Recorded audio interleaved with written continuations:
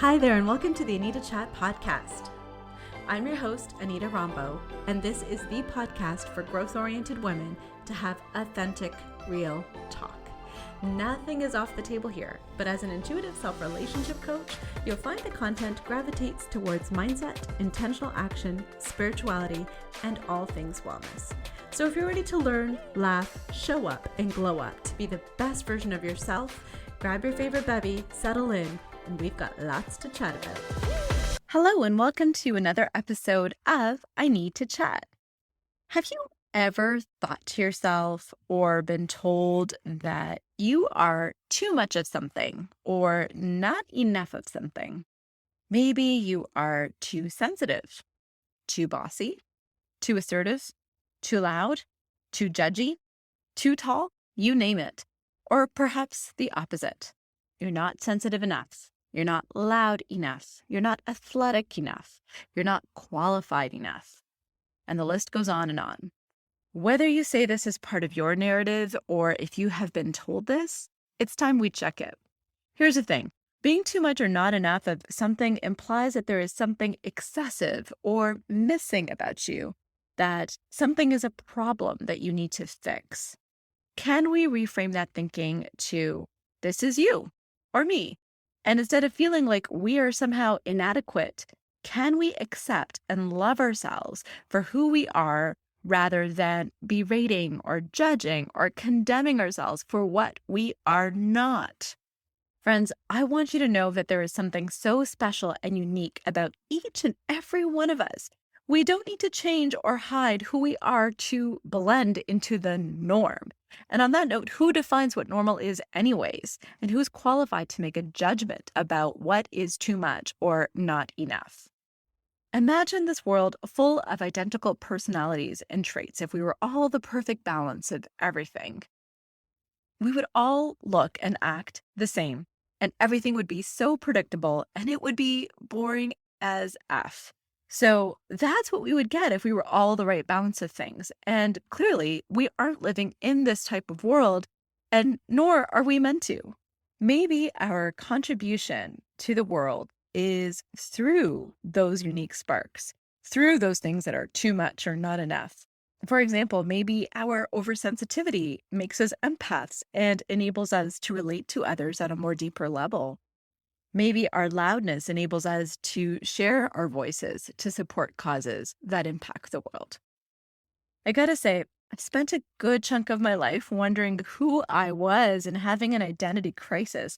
And that is one of the reasons I'm a self-relationship coach today. I love helping people connect to who they are and embrace and accept and love themselves for who they are. Because when you're truly aligned to yourself, only then can you find and create your own version of happiness. My early childhood was one where there wasn't much diversity. I wasn't, quote unquote, white enough growing up, and so was bullied and ostracized.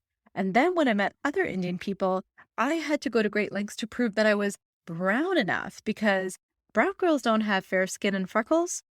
We all come in different shapes, sizes, skin tones, temperaments, you name it. And it's time we celebrate that and embrace who we are instead of trying to be something we are not. And in my case, I can't control my skin color or my freckles. And while I may have lost a ton of sleep over that as a child, as an adult today, I wouldn't want to. It's a part of me, and I've embraced that. And I'm not trying to be anyone that I'm not. So if anyone throws not enoughness or too muchness comments your way, I want you to remember that you have a conscious choice to accept or reject their opinion.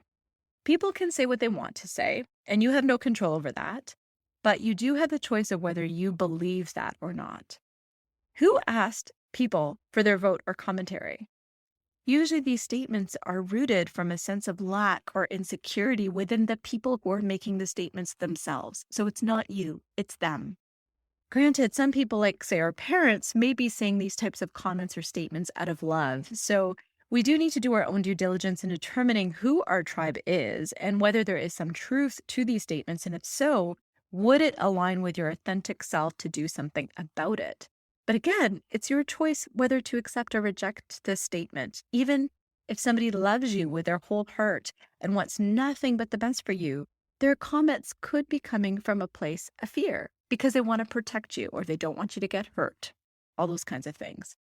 So in addition to figuring out if this person is from within your tribe, I think it's good to go a layer deeper and see what energy that comment is coming from, and if you want to align with that vibration.